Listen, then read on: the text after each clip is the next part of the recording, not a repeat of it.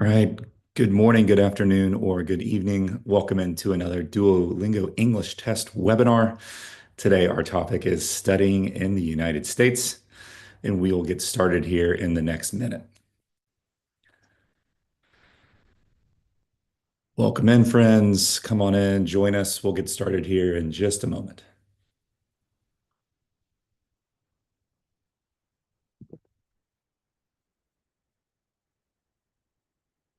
All right, that looks like a pretty good number here. So let's go ahead and get going. Welcome again to another Duolingo English Test webinar. Today, we will be talking about universities here in the Northeast of the United States.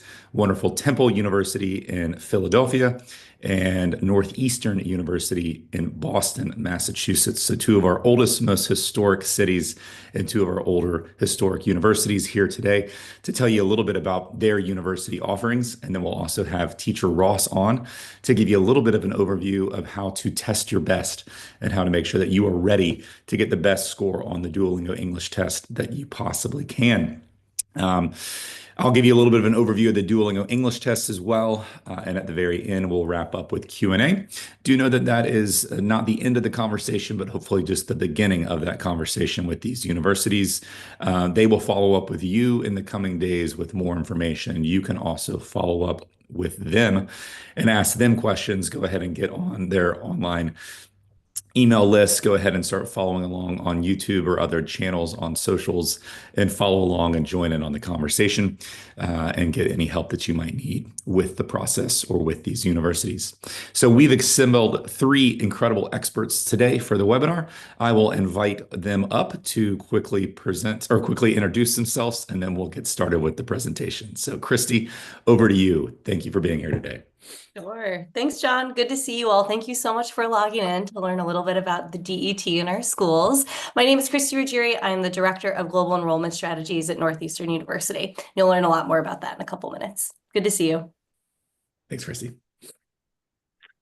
Good morning from Philadelphia. My name is Peter Lundby. I have the privilege of being the International Admission Director here at Temple University, and I just want to take a shout out to Duolingo. As a former international student, the accessibility of Duolingo is something that I wish that I had back in the time when I needed to apply for university. So you're in good hands here, and we'll look forward to sharing much, much more with you. Thank you, Peter. Ross. Hi, everyone. Good to see so many people here today. I've been working with Duolingo for the past 3 or 4 years, helping teachers and students get to know the test better. And hopefully tonight I'll be able to help you get to know the tests a little bit better too. Thank you very much. So as promised, just a quick brief overview in case you're not familiar with the Duolingo English test. It is the only English proficiency standard designed for you. It is convenient, fast, affordable, accurate, and trusted. You can take the test online, anytime, anywhere. You don't actually have to sign up for a test appointment. It will be proctored later after the fact over the next 2 days. So it's known as asynchronous proctoring. It's also the fastest test on the market as well. You'll get the test back in just 2 days' time. Most affordable test as well. We're really built around that access mission. And so not only is the test affordable, we also work with universities and other partners around the world to provide free tests and test waivers out there for students as well. Accurate and built on research with an incredible team of assessment scientists and researchers, as well as trusted by close to 6,000 university programs worldwide to be a way to prove your English proficiency for university admissions, including here today with Temple and Northeastern. So take that test if you haven't already, especially for those of you in the process who maybe have just applied but are now realizing that there are still some checklist items for that application. Perhaps you still need to take an English proficiency test, and the DET would be perfect for you, as you can take it anytime, online, anywhere, get the results back in 2 days, and share them with the universities. With that, we'll bring up our first expert and learn a little bit more about Northeastern in Boston, Massachusetts. Go ahead, Christy. Fab. Thanks, John. So once again, like I said, I am with Northeastern University. We are an R1 designated research institution that mostly focuses on experiential hands-on learning. So we believe that learning doesn't always happen within the traditional four walls of a classroom, but it happens by putting yourself out there, learning from leaders in your industry, whether that's through research, whether that's through civic engagement, community engagement, and of course, our co-op program. So I'll talk a lot about our co-op program. But if you go on to our next slide, I think one thing that's really important to call out is that we are a global university. So we did start historically in Boston, Massachusetts, but over the years, we've grown to become truly a global campus and a global institution. We have multiple locations now for our undergraduate students. Graduate students, we have even more locations. But we have Boston. We also have Oakland, California, London, and we are in the process of merging with Marymount Manhattan College to open our New York City campus this upcoming fall. So Boston is historically where we started. This larger photo right here is a quick snapshot of what that looks like.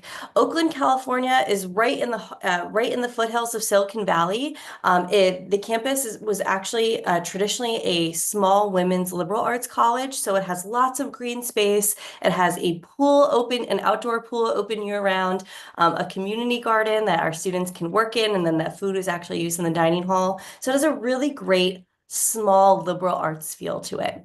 Our London campus is located right in the heart of the city, right by St. Catherine's Docks, brand new state-of-the-art facilities, and it really allows our students to truly immerse themselves and to start their education in a global experience. Global experiences are a really important part of our institution. We want students to learn from multiple different backgrounds and communities, and to do their first year in London, for example, is a great way to start to expose themselves to different backgrounds and different communities. And then our New York City campus that we're in the process of merging with is on the Upper East Side. Students will have access to all of Manhattan right off the subway. And I always like to joke that if someone is interested in living out their Gossip Girl fantasies, then the New York City location could be a great option for them. So when it comes to our undergraduate experience, we have over 325 different majors throughout our entire global campus network. We are really flexible in the types of academic programs that we offer, and also how that applies to our application process. So when we're reviewing students for admission to the university, we are not reading so much by major, but we're actually reading for overall fit to the university. In our portal, in our application student portal, students have the ability to change their major at any time. So let's say they decided to apply as a performing arts major, maybe it's dance or maybe it's architecture. And then, during the application process, you have a really big change of heart and you now want to be a civil engineer, or you want to be a computer scientist or study biology or nursing, you can log into your portal and change that at any time, because if a student is admitted to the university, we believe that they are going to be successful in all different majors. We, in addition to having traditional majors, offer many different combined programs. And so that's the opportunity to actually study two different subject areas at the same time. So for example, political science and marketing, or political science and data science. These are two things that clearly have an overlap, but you wouldn't traditionally see as one major. And so this allows students to take content and study different subjects from different colleges at the university, and really customize their education to make sure that you're achieving the goals that you are looking for. What's also nice to know is that when applying to the university, we have lots of different global network programs. And so our students can choose to study at any of our campuses. So whether it is Oakland, London, Boston, New York City for their first year, and then you can do your first year in one of those locations and then actually transfer to Boston for your second year. So there's a lot of different options and communities that you can choose to study with through Northeastern. So if you like the idea and the approach to our education, but you think that, a small liberal arts college environment might be a better fit for you than a large research institution in the heart of Boston, then maybe Oakland may be a better fit. So we're really flexible when it comes to not only academics, but also to the sort of environment that you get to study in. If you go on to the next slide, the one piece that I really love to highlight is our co-op program. And so one thing that I'm incredibly proud of is that we have the #1 career prep internship and co-op program in the country, rated by US News and World Reports. And so what that means is that our students have the opportunity to actually take a break from their classes and take a break from their classes and actually learn on the job with a company related to their field. So we've been doing this for over 100 years. We work with literally thousands of different employers, and we will help facilitate our students getting a 6-month full-time job at these companies. One of my favorite stories is I was visiting a high school. I ran into one of the janitors in the hallway at the high school, and I started talking to him, and he said, "Oh, my daughter actually just went to Northeastern. She did her 2 co-ops at Google. She graduated, and now she's working at Google full-time." And that was just a random stranger that I met on the street. But I think that's such a great example of the sorts of opportunities that our students are able to take advantage of through this co-op program. So we have lots of students like Google that I mentioned. We have people working at places like Amazon, Google, Tesla, all the large banks, consulting firms, all those big companies that are, kind of big ticket items that students may be excited about working at. We have connections at those places, and we do have students successfully work there every year. But it doesn't always need to look like that. Perhaps you want to go on to graduate school. You could work for Mass General Hospital. You could work for Merck or Johnson & Johnson and get some great research experience that would make you a competitive applicant for graduate school. You could also work for a small tech startup if you wanted to, go into an entrepreneurial venture. It'd be a great way to learn firsthand from leaders in your field what it means to get a job, to start a company on your own. And there's no one-size-fits-all approach to this co-op. You get to be in the driver's seat and decide the types of positions that you're looking for. And so once again, in addition to your major, this is a great way to really customize your experience. And that means that you're graduating not only with a US degree, but you're also graduating with a US resume, which is super, super exciting. The reason why our employers like to partner with us on the co-op program is because they see it as a hiring pathway. So it's really mutually beneficial, not only for you as a student to build up those mentorship relationships and to really gain that professional work experience. It's also really beneficial for the employers because they see it as almost a long-term extended interview process to see if you may be a good fit for that company long-term. So lots of great benefits there. Of course, beyond academics is a student life. To just kind of give you an idea of our size, we have about 52,000 total students at the university. And one thing that I'm incredibly proud of is we have the 2nd largest international student population in the United States. So including graduate students, we have about 20,000 international students from 141 different countries. This means that 38% of our total student population at Northeastern is a non-US citizen. So I like to point that out because I want to reassure you that you are going to have a really diverse community around you. Of course, this will be a great opportunity for you to meet new folks from around the world, pick up new hobbies, new interests, explore new things. But I want to reassure you that in addition to that, you are going to have folks who come from similar backgrounds to you. You are going to find student organizations that are related to your culture and your background. And so you don't have to choose. You're able to really have the best of both worlds when it comes to your time with us. We have over 500 different student organizations. Some traditions that I really love, my favorite on the Boston campus is the Boston Marathon. You may not be a runner. I am not a runner, but the Boston Marathon is a really big day. It's actually a local holiday, so all the businesses and universities close. And it's a great chance for everyone to go out and cheer on all the runners at one of the largest marathons in the world. It is just a really great, fun, special day that brings the entire Boston community together, which is really, really incredible.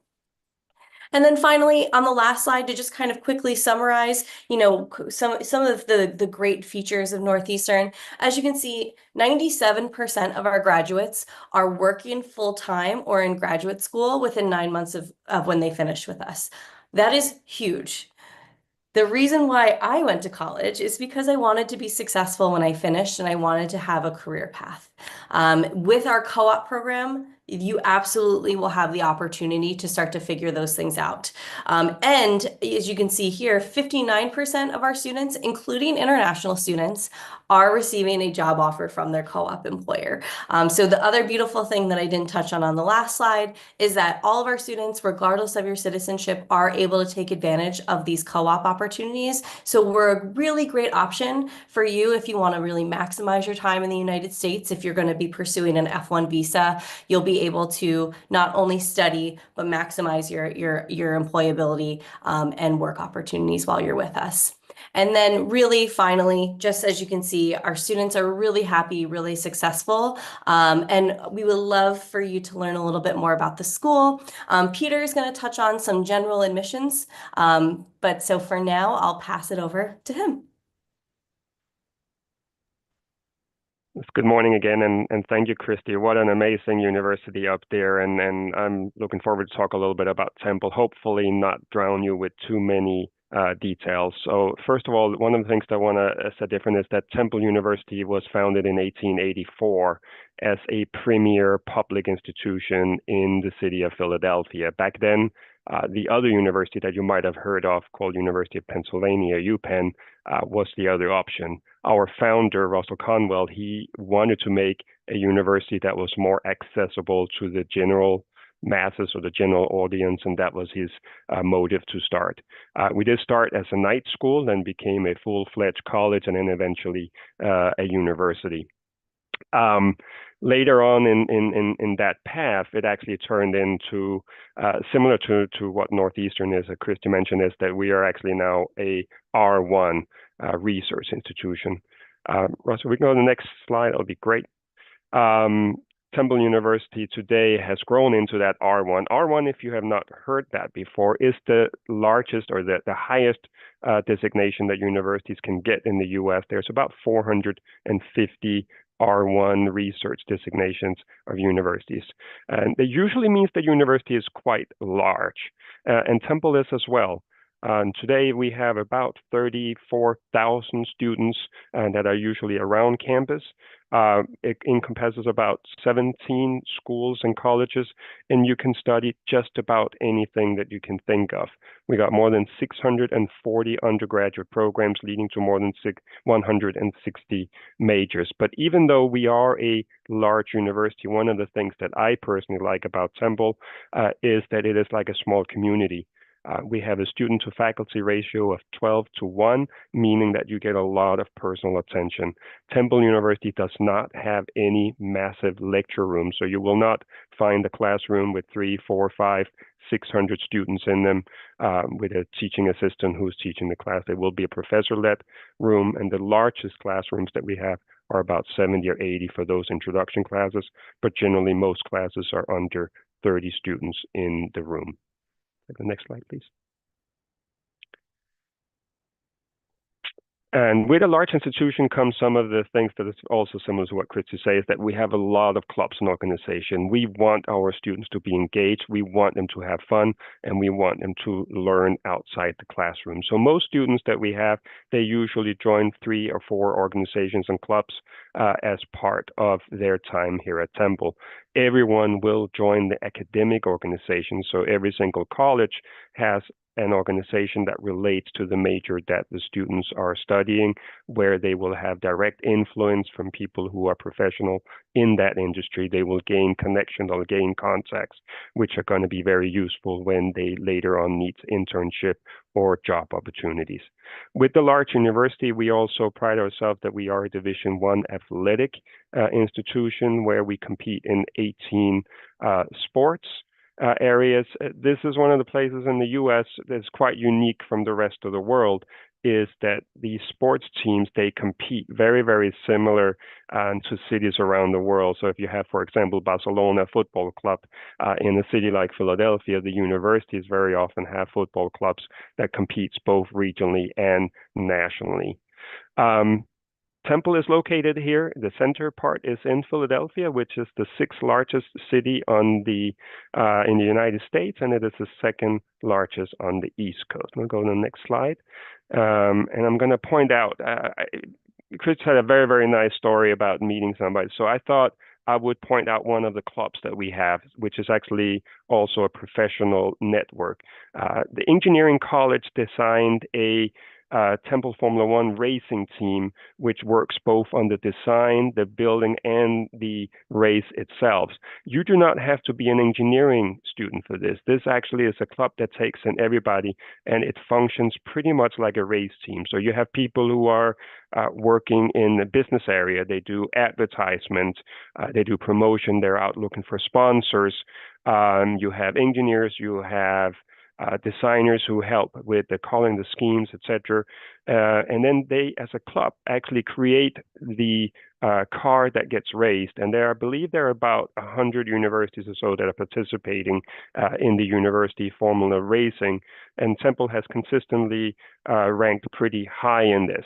Through this, the students, they get really practical experience in all matters related to this. So both of the composite materials, to the design, to the mechanics, to the advertisement, to network, to communication, to all kinds, to including conversations with the sponsors, which some of them you can see over here on the right side of the screen, which leads to recruitment efforts later on. These companies will then hire the students who are actually participating in this program. So just an example of one of the many clubs that you could participate in. As I mentioned, we are in Philadelphia. This is quite a unique place in the United States. I will classify Philadelphia as at least three main things. It is very much an event and a sports city. Besides the university sports that are here, Philadelphia is home to all the major professional sports teams if you are interested in going and cheering for that.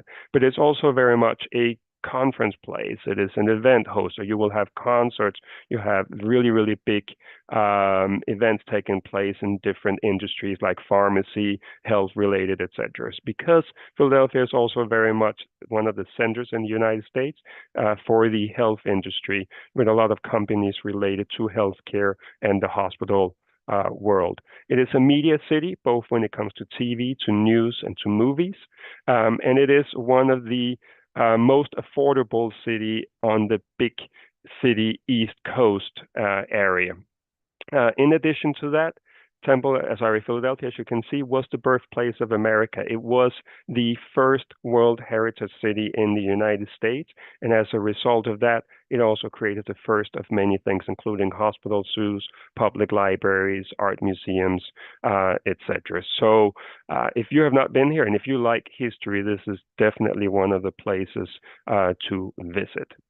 All right, take the next one. Like Northeastern, Temple University is also a global university. We have a saying that the sun never set on a Temple University campus, and that is because we have our main campus here in Philadelphia.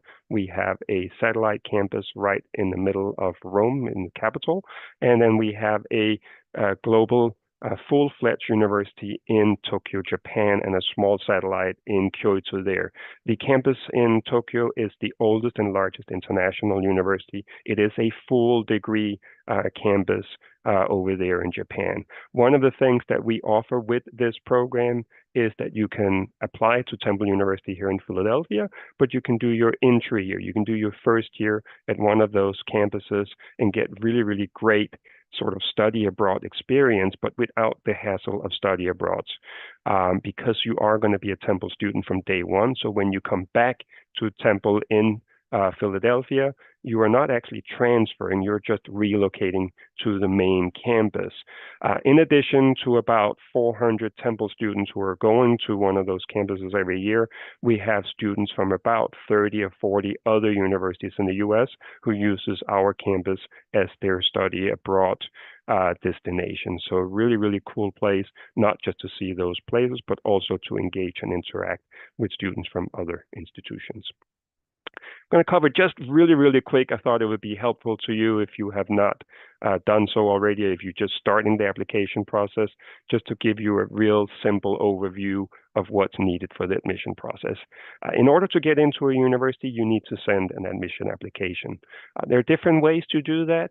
About 1,000 or 1,100 universities in the US use something called a Common App, but there's also other application tools that you can apply through, but you will need to fill out whatever that university says they need in order for us to know that you're applying. Then the most important thing after that is your high school or secondary school transcripts and exams. That is really the primary thing that most university needs in order to review and evaluate and admit you for admission. Now, if you have sometimes that will be a standardized test, that is an SAT or an ACT, unless the university is test optional.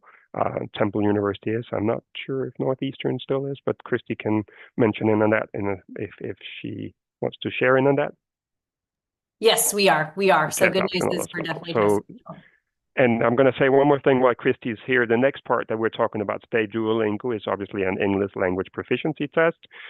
If you do not have a Duolingo score or you did not pass the requirement, then many universities also have the option to offer what we call conditional admit, which includes our language program where you can start.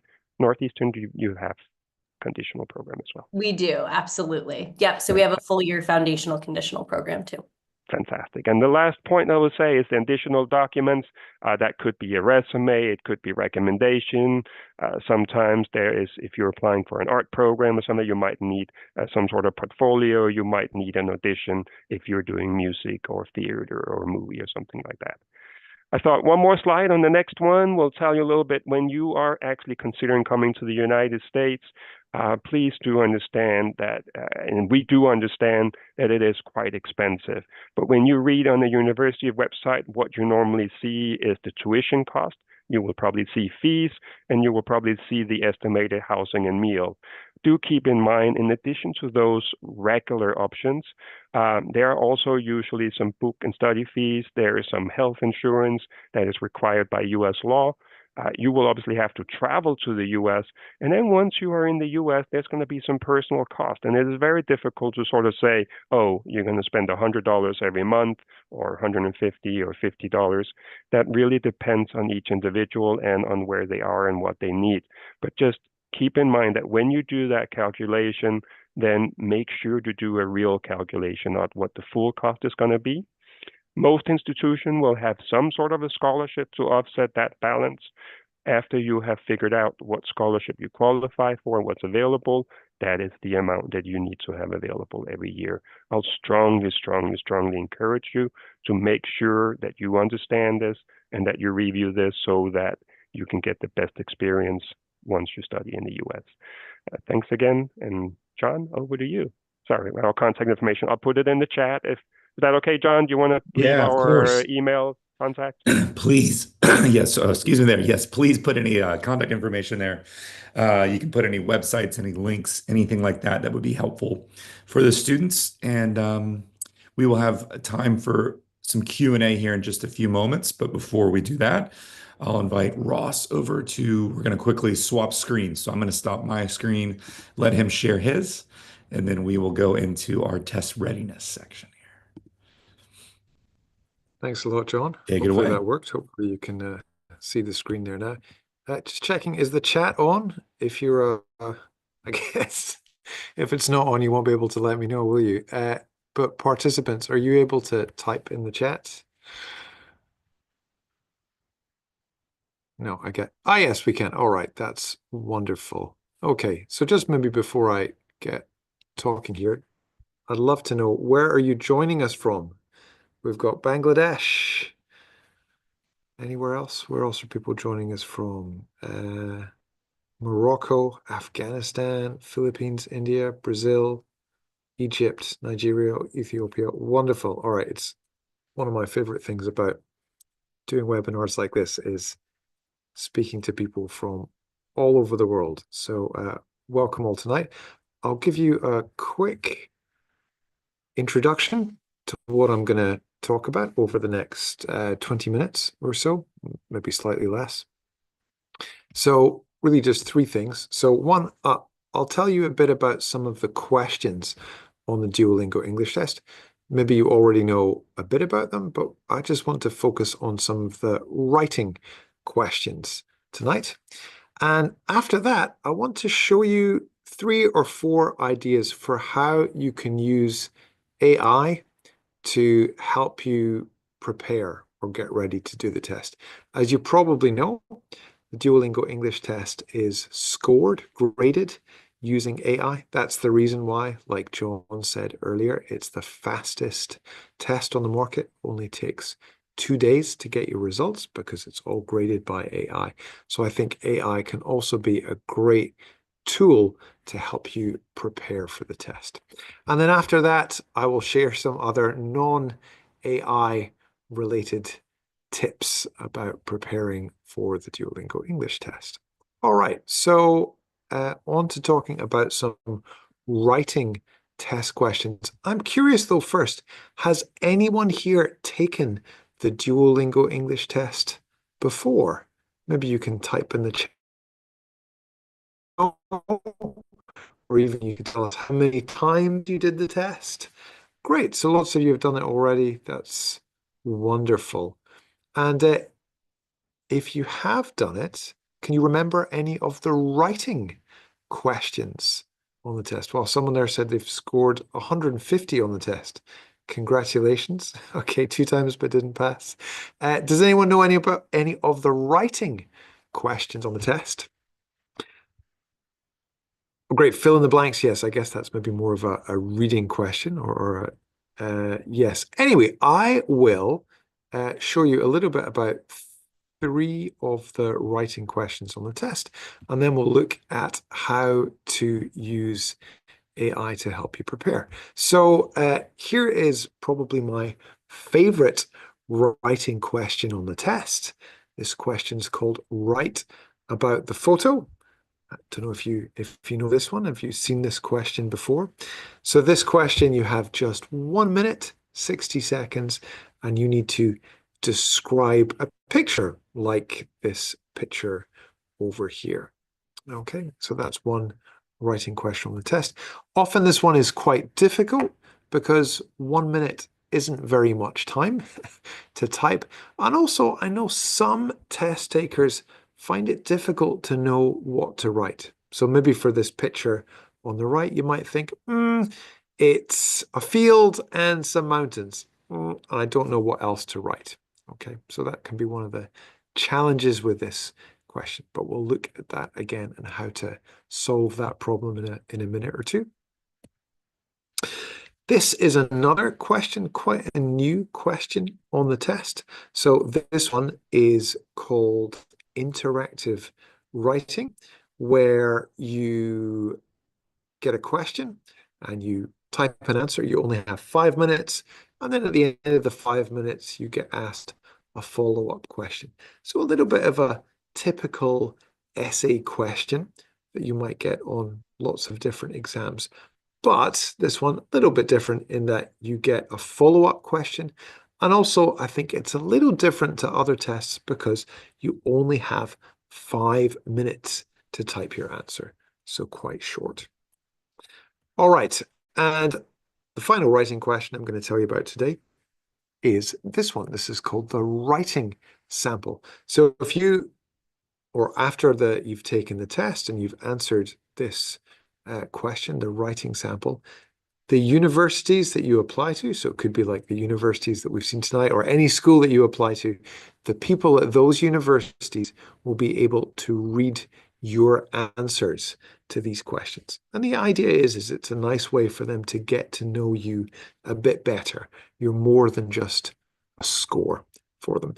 Anyway, it's another writing question. You also have 5 minutes to do this. So let's, before we look at how to use AI, and I can see someone's asked about, before we look at how to use AI, I'll show you how these are scored. We've got 4 ways that we grade or score our answers to writing questions. So the first one is called content. So this just looks at, does your answer match the question, right? Do you answer the question on topic? Obviously, the more on topic you are, the better. Grammar, you get a score for grammar. So grammar looks at not just if what you wrote is right or wrong, but also how complex, how difficult was the grammar that you used. We also look at the structure. So is what you wrote easy to understand? Does it start in a logical place?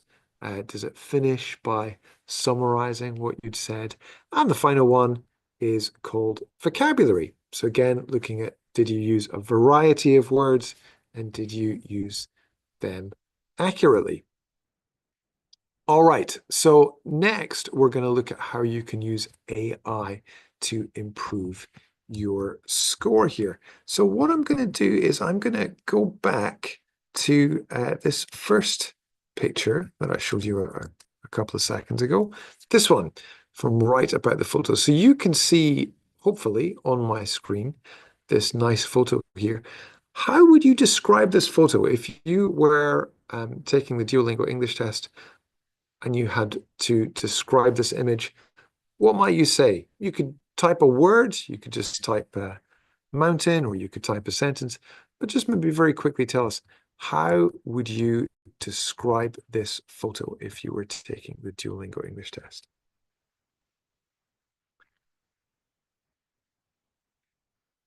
Right, so someone's, oh, what a great answer this is. A field of yellow flowers in the foreground, a row of pine trees in the middle, tall mountains in the background. Great. So you could do any of those things. So one thing I find a lot of students find it difficult to know exactly what to say here, right? It's kind of difficult because describing a photo isn't something we do every day. So I'm going to share another screen with you, and hopefully you can now see I'm using ChatGPT. And I'm going to ask ChatGPT to please describe this photo for me. And because for write about the photo, you only get 50 seconds. Oh, sorry. You only get 1 minute. I'm going to say, please use 50 to 100 words. Now, obviously, you can't get ChatGPT to do this for you during the test, but you can get it to do this as a way to maybe get an example of a good answer. So I'm just uploading this photo now to ChatGPT, and I'm going to ask it to describe it for us. And let's see what it says. Great. So we've got here, this photo shows a bright yellow field of flowers. Wow, like canola or wildflowers stretching towards a dense line of green trees. Beyond the trees, a majestic mountain range rises, capped with snow and set against a clear sky. All right, so obviously you could ask it to make this simpler if you want, but I think this is a great way if you're unsure of what to say or how to answer a question like this to get a little sample answer. And of course, ChatGPT or any other AI can do this all day and for free, mostly. Okay, so the next one we're going to look at is this one. So this is, as we said earlier, called interactive writing. So you can see here we've got a question that says that sports are a required subject in some schools. Overall, do you think this is a good thing or a bad thing? So obviously there's a lot of different things that you could say here, but I'm going to show you a way to get AI to write a sample answer for you for this. So what we're going to do is take this prompt here, and we're going to copy and paste this prompt into ChatGPT, hopefully. Let's see, where's ChatGPT gone? Here it is. And I'm going to say, write an answer to a question in a high-stakes English test. Use between 50 and 100 words or 150 words. Start by asking me the question. All right, so in other words, it's going to start by saying, what is the question that you want to answer? Okay, so I'm going to show it a question from the Duolingo English test. And let's see what it comes back with.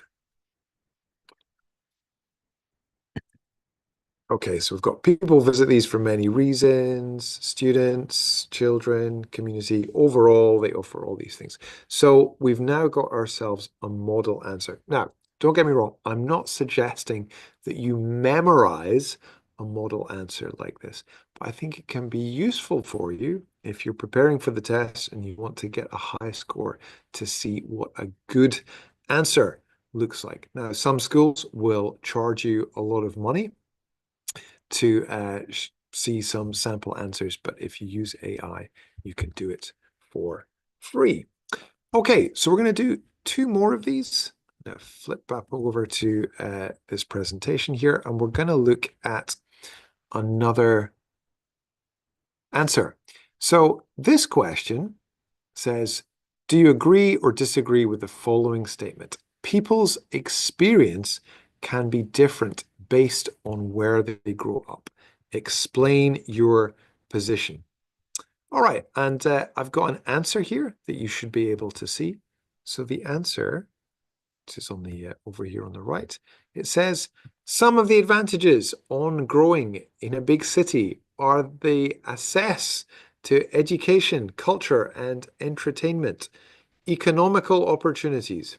By the other hand, I think growing up in the countryside makes people more sensitive to be in contact and respect nature, to grow in a more healthy environment mentally, and let people have better food and less vicious. Okay, so this is a sample answer, right? Not necessarily a good answer. Now, if you wrote this, you might want to get some feedback on it so that you can improve next time. So I'm going to start by asking you, what do you think of this answer? Can you see any mistakes in here? Are there any problems with this? Do you have any suggestions for how this test taker could improve their answer? Any ideas? What do you think? Oh, yes. And of course, you can't use ChatGPT during the test. No, we're saying that we're using ChatGPT to help prepare for the test, almost like you'd use an English teacher. So let's say you paid someone to be your English teacher. They could help you prepare for the test, but they couldn't help you take the test. Okay, so a few of you have said spelling mistakes, some words are out of place, maybe some wrong grammar. Yes, absolutely. So I think all of those things are true. But of course, if it was your essay, you might not know that. So here is a little prompt that you can use to get feedback on one of your answers. So feel free to take a screenshot of this. You might want to use it yourself. But basically what we're asking AI to do here is give you feedback on an answer and look at the 4 criteria that we score students on. So we talked about these earlier, right? We had content, discourse coherence, which is really just the structure of what you wrote, grammar, and lexis. Lexis is just another word for vocabulary. And then we said for each of these, say what I did well, so what's good, and give some suggestions for improvement. Okay, so we are going to again jump over to ChatGPT and look at doing this with the answer that I just showed you. Okay, so there's that prompt. I'm going to copy and paste that in there. And ChatGPT next is hopefully going to ask me for the question that this person answered. So there's the question. Okay, and then now share the answer. Okay, and this is the answer to the question. And hopefully now ChatGPT is going to analyze this and give us some suggestions. Okay, so it says content, what you did well. You found some of the key differences between growing up in a big city and the countryside. How to improve. So it says give some specific examples, fully explain your position, and it gives us examples of how to do that. It's given us some down here for grammar, some suggestions for grammar mistakes that we made and how to change them. And also it's shown us for vocabulary, how we can fix some of our mistakes there. Okay, so hopefully that if you are preparing for this test and you're doing lots of examples, this is a way that you can get unlimited feedback on what you do when you're preparing for the test. So hopefully that's something that might be useful for you. Okay, so I think I've got about 3 or 4 minutes left here. So I'm going to just show you a few other top tips here for when you come to take the Duolingo English test. First one, I would say, is set up your space. So make sure that you take the test in a comfortable place, right? Make sure that you secure the area, make sure that no one comes in and interrupts you. And of course, check all the technology is working. Make sure that you've got fast enough internet. I think for me, the biggest benefit of the Duolingo English test is you can take it in a place where you feel relaxed and comfortable. I'm talking to you now in a hotel room. I'm by myself, just looking at my computer. It doesn't feel very scary. But if I was presenting to, how many people have we got here now? 160 people face to face, I'm sure I would be much more nervous than this. And I think the test is just the same. So make sure that you set up somewhere where it's secure and it's comfortable and you have all the right tech. Next, a few things. Test your best. I would say time the test. Find the time of the day when you are the most alert, most awake, and take the test then, right? You don't need to book a time to do the test until you feel like you're at your best. You can also get lots of help and support. I will show you in a few minutes some places that you can access test questions and other free resources to help you prepare. And of course, most important, don't get disqualified. So if you think about a traditional test where you go to a test center, you have an examiner, a person making sure that you don't break the rules. But when you're taking the test at home, you need to be responsible to make sure that you don't break the rules. So I'm going to show you very quickly here some common mistakes that people make when they take the test. And I want you to help me guess, or want you to guess, what are these mistakes? So here's the first one. This is a reason people sometimes get disqualified on the test. Can anyone guess what mistake is this test taker making? Great, well done. I can see a couple of you there said looking around or being distracted. Absolutely. So this person is looking away from the screen. When you take the test, you can sometimes look down at your keyboard, but you need to mostly stay focused on the screen. Here's another one. What mistake has this person made when they are doing the test? What rule have they broken?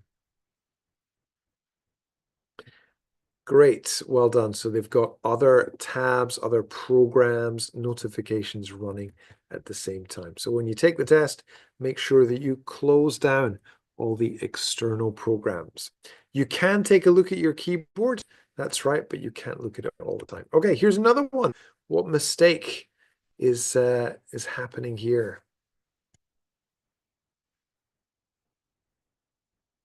Great. So people in the background, yeah, not being alone in the room. Absolutely. So being interrupted, I guess, is the key thing here. So make sure that you lock the door and you don't let anyone else in for an hour or a little bit more than an hour. Oh, I already showed you the answer for this one. Sorry, that was memorizing answers. So don't memorize answers before the test. The very last one I'll show you here, this one is called plagiarism. So our test, because it knows everyone that's ever taken the test, we can see if your answer is the same or almost the same as someone else who took the test. So whatever you do, don't remember answers that you found on the internet or somewhere else and use them on the test, because if someone else has used the same answer as you, that will get you disqualified. Okay, so final thing, you can practice for free. We have a free practice test. Maybe you already know about this. It lasts 45 minutes. I believe it's got over 5,000 questions on there, and you can get a score estimate, and you can find that at englishtest.duolingo.com/quick. We also have something which is quite new. This is the Practice Hub, where you can practice individual question types. So, for example, if you wanted to practice write about the photo that we were looking at earlier, you could go on here, find that question, and practice that a few times. So you can get that at englishtest.duolingo.com/practice. And yeah, just to make sure that you've got all of these, there are some top links that I highly recommend that you take a screenshot of those.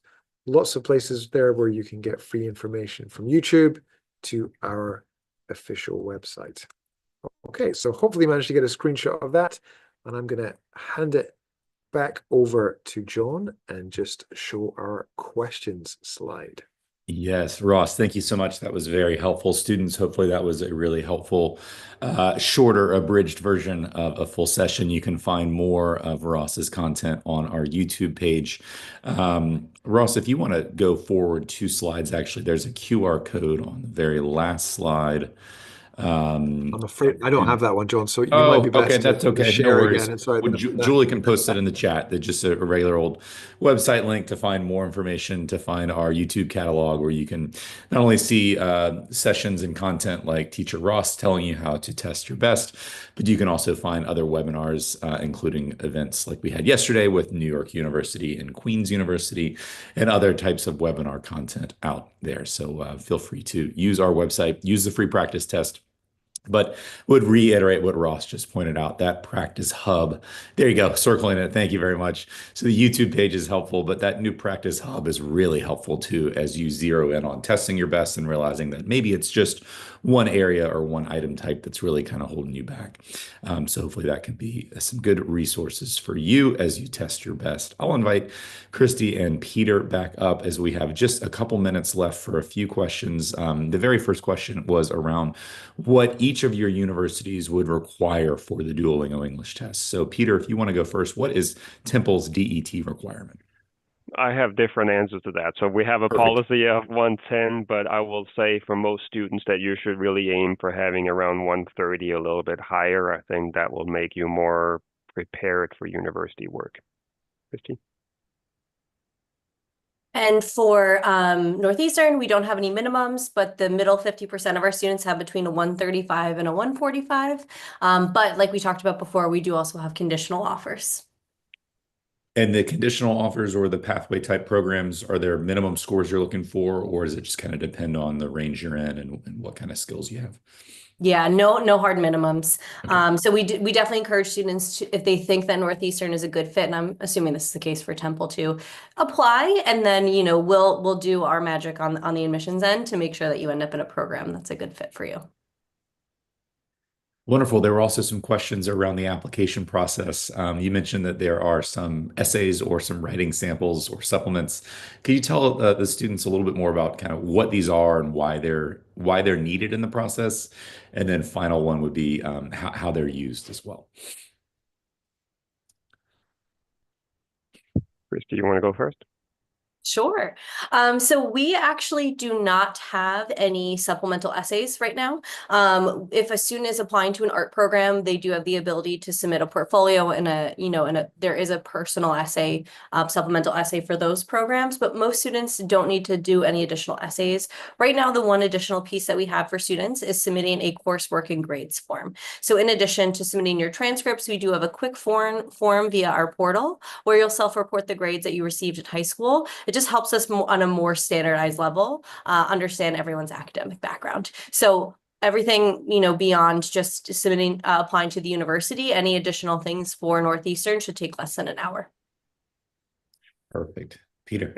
Yeah, I don't have anything really to add to that. We don't have a personalized essay either. We do get some students on the Common App who uses the Common App only to apply for us, where they sort of put a personal essay to Temple University on there. And we have a couple of programs like Christy mentioned as well, where there is a supplement question because of the program. One being the arts, but that's through the Arts College. The other one is subjects like nursing and pharmacy. Wonderful. Okay, thanks for explaining those differences. And websites can be really helpful to explain these types of nuances as well. Ross, we had some questions about for people who are newer to learning English, what are other resources? What are other tips for them to continue their pathway to learn English before they maybe take a test, maybe next summer or next fall or something down the road? Well, John, I always ask whenever I come across someone in China who speaks wonderful English, I almost always ask them, why is your English so good? And I almost always get exactly the same answer. And it's never I studied abroad, it's always I love watching American TV shows or British TV shows as well. So I would thoroughly encourage you to find a TV show that you like and watch it with either the English subtitles or no subtitles at all. And part of the reason for that is because it's great input. You can learn how people speak naturally, but also just because learning a language is really hard work. But watching TV is really good fun, and that makes it a lot easier to continue doing that, turning it into a habit. I love that. Pick your shows wisely, pick Sopranos coming with a little bit of an accent, but that's good to hear. Yeah. TV, movies, newspaper, article, media. I mean, there's so many other ways to really kind of enhance your learning on that. Okay. And then just time for kind of one more quick question, final up for Peter and Christy, just curious kind of on your advice to these students in making the transition to the United States and to university. Christy, let's start with you. Are you sure, Peter? Is that okay? The one thing I was going to say is that I want to reassure you that we are excited to have students from all over the world at our institutions. The reason why Peter and I are on these calls is because we welcome students from really diverse backgrounds. And I want to reassure you that you are not going to be the only person going through that transition. It could be other international students, but even someone from New Jersey going to Temple or someone from Massachusetts going to Northeastern. It's still their first time in college too. So just be reassured that everyone is going through the same transition and every school has a ton of different resources. We want you to be successful, and we have amazing faculty and staff that are resources to help you with that. So if you're ever feeling a little uneasy, you feel like you need help and you don't know where to go, just reach out to the first staff member or faculty member that you feel like you have a good connection with, and they'll help you on the right path. Great advice. Thank you. Peter. Yeah, it's great advice. And I just want to say that to Ross, that's pretty much what I did myself when I was 15. I was watching American TV programs, listening to American music. I was fortunate our programs were not dubbed, so getting that language input that way really sort of helped thinking in English. But to add on to what Christy say, both Boston and Philadelphia are incredibly diverse cities. So you're going to meet people from all over the place. You're not going to be alone. You're not going to be the only one from there might, depending on how rare where you're from, you might be one of a few, but all of you are going to be in the same boat. So prepare all you can, but you cannot prepare for everything. When you get there, one of the things that I know both at Northeastern and also at Temple is that there is a great support net, both in terms of your personal support work, but also in terms of academics. So don't be afraid. Ask questions. Don't sit for 4 months and, oh, I don't understand what the professor is saying because he speaks a different dialect than Duolingo. Ask questions. You can do that. You can question professors. You can talk to people and do that. Make friends as soon as you can from other places than where you're from. I love that. Well, great advice. Again, Ross, Peter, Christy, thank you for your time, sharing your expertise and your passion for international education and for access. Students, you heard it here first. There are resources all around you. You're already making the right decision coming to a webinar like this. And when you do end up on a campus, whether that's in the United States or Canada or somewhere else around the world, don't forget that the advice that they just gave you. Get plugged in, meet people, ask questions, ask professors questions. That's what they want as well in the classroom. But don't ever forget about all those resources that are around you. So thank you again for your time. Students, best of luck on your journey. And again, as I said before, hopefully this is just the beginning of the conversation and touch point with these universities and more. Best of luck and